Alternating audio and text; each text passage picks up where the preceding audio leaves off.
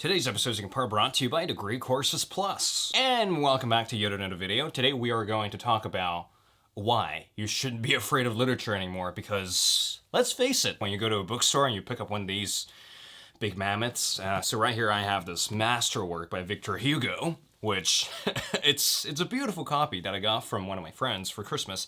Thank you, Laura. But have you ever wondered to yourself, how in the world can you go through this entire book without, losing your mind? Now, here's this video boiled down to one simple statement, which is that you can't shy away from a challenge. You can't shy away from literature forever because they're gonna be there, whether you like it or not. You can choose not to read some difficult books. You can choose to read easier books that are also, beneficial for you. But there's nothing quite like a challenge that can really get your brain jogging. So on today's episode, sitting on the floor, right here, right now, we are going to deconstruct and dispel that fear that you have for serious literature. So I've received numerous comments about, how people are struggling with literature. It's like the book is written in English, and if you understand this video, you can probably understand English, but yet you understand none of the stuff that's going on in the pages. It was as if these books were written by aliens, or these books were, better yet, written by the Germans. But chances are, if you're reading a translation, even when you're reading a translation, it's still a readable work. When people talk about literature, they imagine these literary pieces to be these mammoths floating in the sky.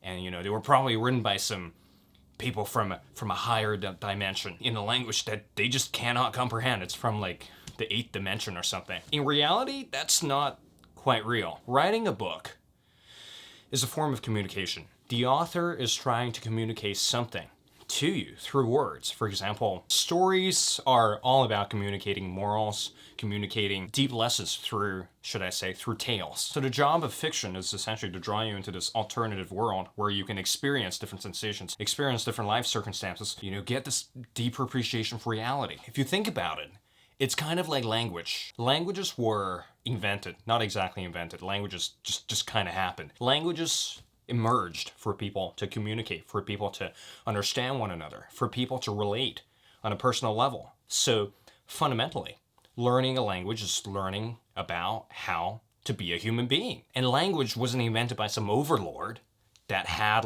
total governance over the mechanics, the mathematics of the language. There's nothing really beyond. There's not a mathematics that governs how a language works, and there's not really a mathematics that governs how literature should work. So after years of schooling, we're so accustomed to these, these theories, these literary criticisms, and all of these analytical theories about how to read, in what way should you read, and from what lens should you interpret a text, that when we approach literature for the first time, we forget that fundamentally literature is just an act of communication from one person, which is the author, to the other, which is you, the reader. Fundamentally, it's still a very human exchange. It's a deeply humanitarian approach to literature.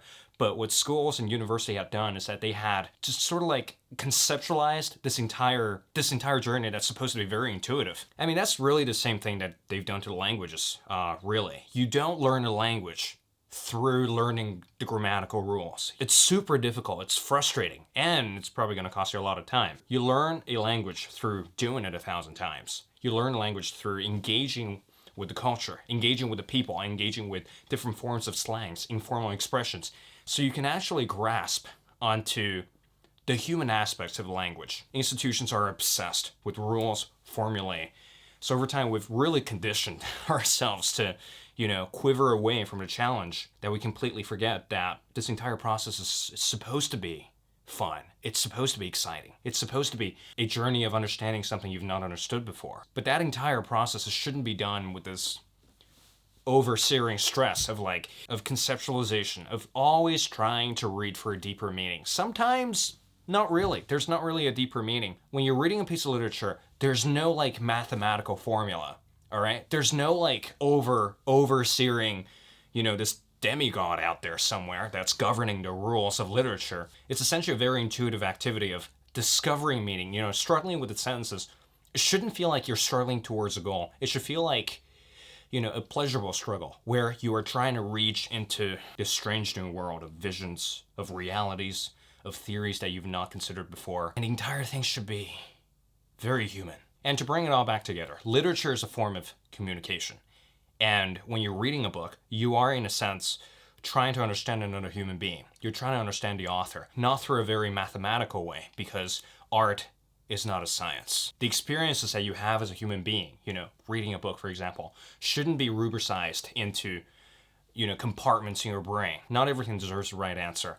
And you are, in a sense, co-authoring the piece of literature that you're reading. Because in the act of reading, in the act of struggling with tougher works, in the act of allowing yourself to weed through the confusion as you're reading a piece of difficult work, that process itself is sort of like exercising or like prolonging this tradition of reading and writing, prolonging this tradition of exchange. And that to me is a large part of why I do what I do, getting you guys back into tougher reading material and getting you guys back into, good literature in a sense. Speaking of which, today's video sponsor is Degree Courses Plus, and they have over 7,000 video lectures taught by Ivy League professors all around the world on literature, on science, on philosophy, on music, anything that you can dream of you can find on Degree Courses Plus. So recently I started diving into some Russian literature on my own. Russian literature for me is kind of like a blind spot in my entire literary reference map. So I'm currently taking this course on classics of Russian literature taught by Erwin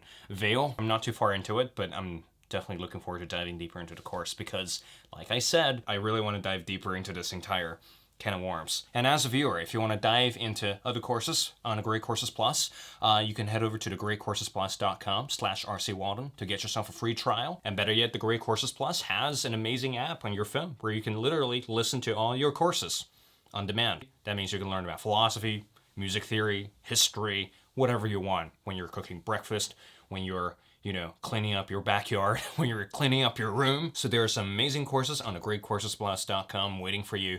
And thank you, Degree Courses Plus, for sponsoring today's episode. So anyway, I think that's all I have to talk about for today's video. And then again, coming at you from the floor, because it is the superior seat. And I really do hope that this video has given you some perspectives, has given you some insights, has given you the courage to plunge deeper into difficult books, because some of these books will change your life. One of my favorites, In Search of Lost Time, I loved it so much that I read the first volume 3 times, and now I'm struggling to get started on the second volume because I just know that it's going to be amazing, and I'm going to end up probably reading the second volume 4 times. Anyway, go make yourself a cup of tea, crack open a great book, and I will see you on the other end.